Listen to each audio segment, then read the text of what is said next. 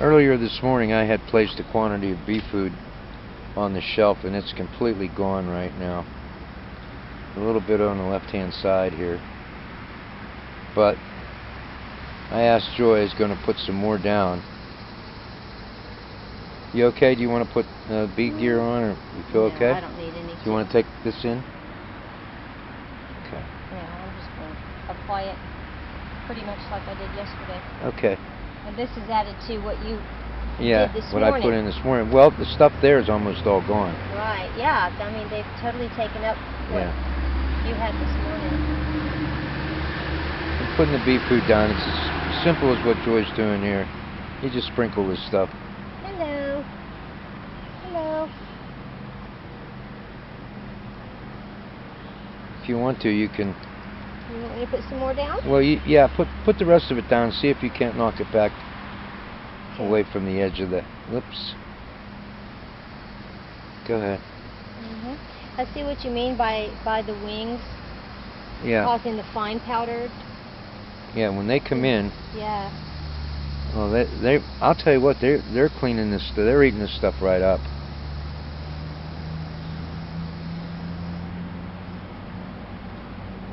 If one would happen to land on you, don't swat it. You brush it off of you. I know. And here's. Do you want me to give you the? They land on me all the time. You know, by nature, they're not out to sting you. They're very curious. They're very curious critters. And they're going to go on your smell. So if you know. If they think that you're afraid of them, they're going to catch that. Yeah. If you have that instinctive See if you can push fear. it back from the edge there. That's it. Just use your finger and brush it back in. That's it. That's it. Build up a nice little mound See, there. They know. They know. They know we're just being Mr. Helper. Yeah. There you go. Then But we'll yeah, come out. they'll sense in a minute that if you're afraid, Yeah. then they'll. We'll come out they'll later go off on that. and film this. Yeah. They know we're their buddies.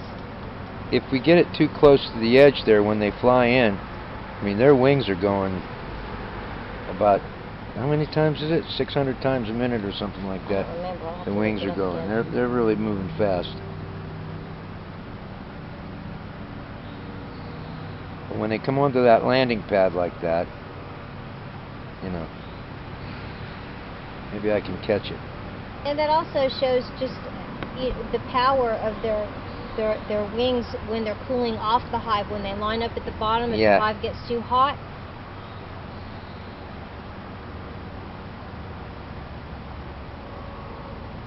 And they know what frequency and everything to cool off that hive. It's amazing. They just know to do that. A lot of them are coming in with a lot of pollen on their sacks. I see that. They sure are. How much would you say that is that I put out there? Maybe 10 grams, if that. Yeah. It's probably about half that I put in the hive yesterday. Yeah. Well, I put in that much this morning. So.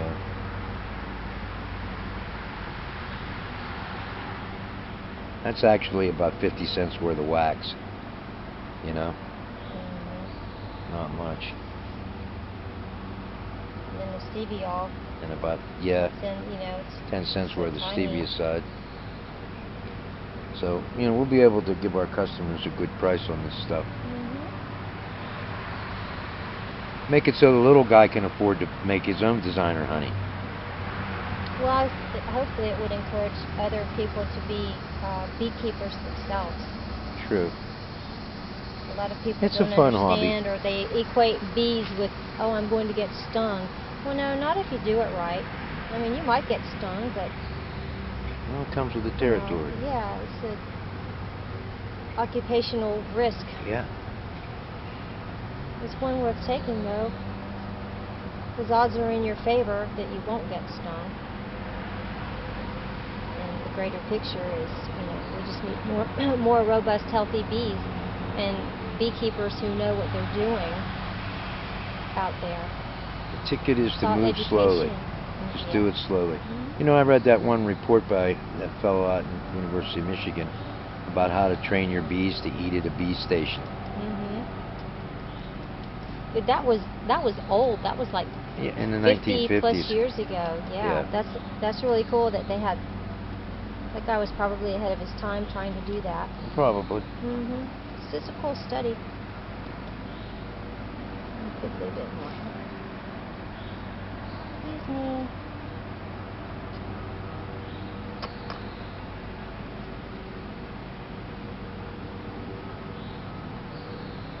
Yeah, you can see there whenever they come in, their wings are going so fast they're blowing some of that stuff off.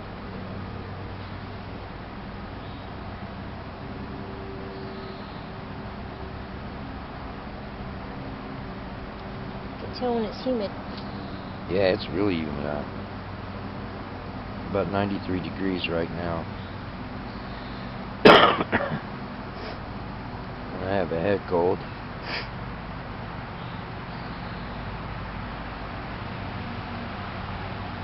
It's like a bank in our house. It's the most cool AC on. Of course, if you don't, this old farmhouse gets really, really hot. And Tate's over there being such a good boy. Yeah, he's a good bear. It's fun just to sit here and watch him.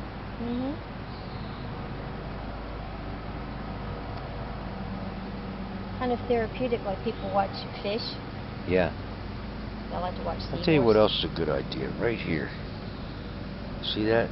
That little bee watering station we got set up there? It's good to do that. You know, I filled that up yesterday. Yeah.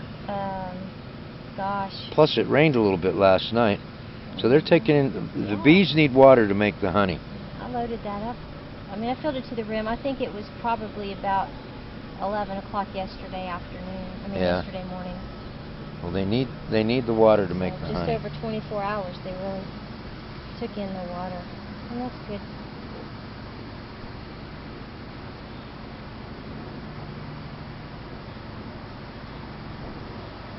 Just that's what I've been telling people. Just keep a good water source. Yeah. And they'll. This time of year especially, then they won't be so grumpy. Well, the dog days start in a few days. Yeah. August. But we've had the study underway now for, what, 9 days. If we were to stop, even if we were to stop right now, the matrix of that honey is already changed because of the erythritol. Absolutely. I mean, they've eaten, I want to say, probably 500 grams of this stuff since we started this study. At least 500 grams. Of course, that's only a few ounces. That's a lot. Yeah. Well, I mean, proportionally speaking, that's a lot. The beeswax has the erythritol in it too. If you'll recall, we mixed that became part of the wax matrix. Also has the erythritol in it. Yeah, this bee food it's so sweet to taste. Yeah. You could actually use this stuff as a sweetener. Yeah. You could, you know, a fat sweetener.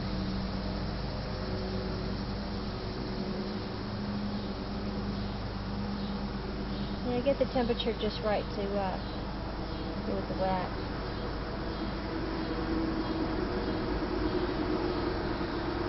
I like to just watch him every once in a while. Like that one there, he came in. Another one come out. See, as they move through that stuff that you just put down, the polarity of it is, it has a propensity to cling to those hairs on them. And the stuff is so small. I mean, look how small. I mean, you can actually see their wings blowing the powder. It's so small. It's only 120 microns. That's pretty small. Well, I can't wait to see that in slow-mo. Yeah. I can slow-mo these. I haven't made any yet slow-mo. And this time of day is good because you don't have a lot of traffic. Yeah. Of course, I hear a plane, one of That's those a lawn, agricultural yeah. planes, but You can see their wings moving that stuff. I can see it because I have the cameras up on Zoom. I can hear somebody mowing their yard on the other side of the mountain.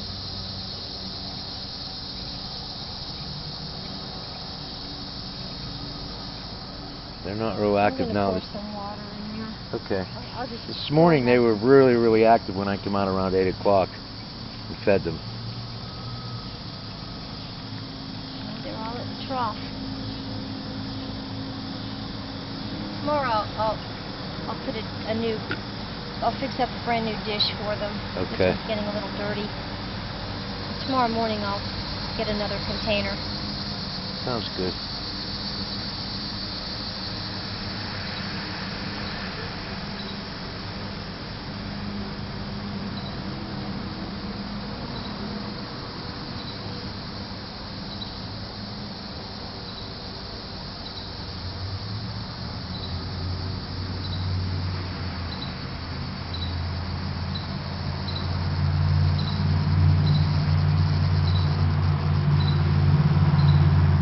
Just to watch them eat that stuff, explore it.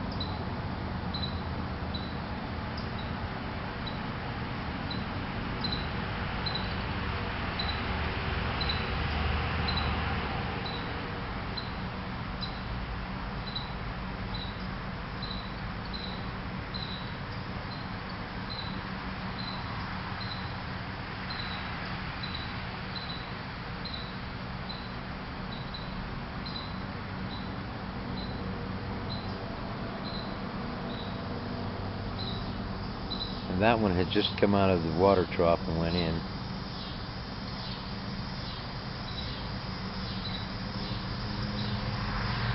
So the bees need water to make honey.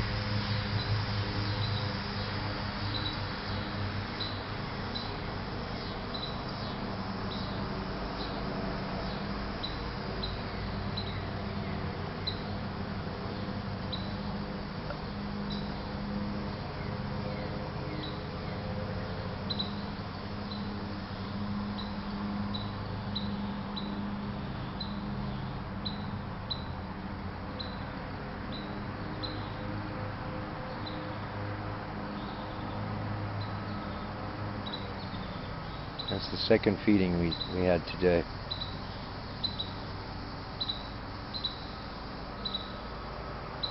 And you see as they come in, their wings are so strong.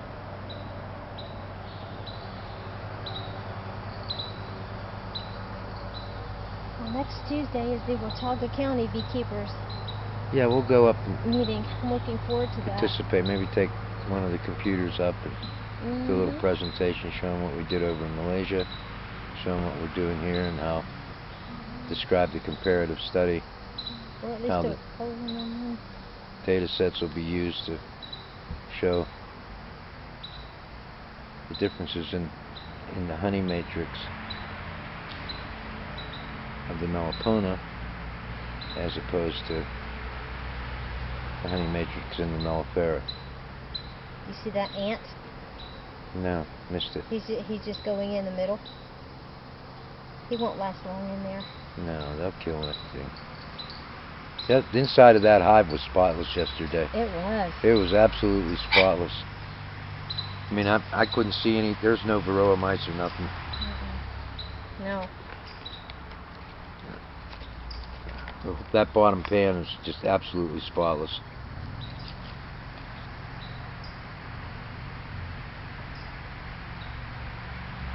What you doing, Ente? I see the ant.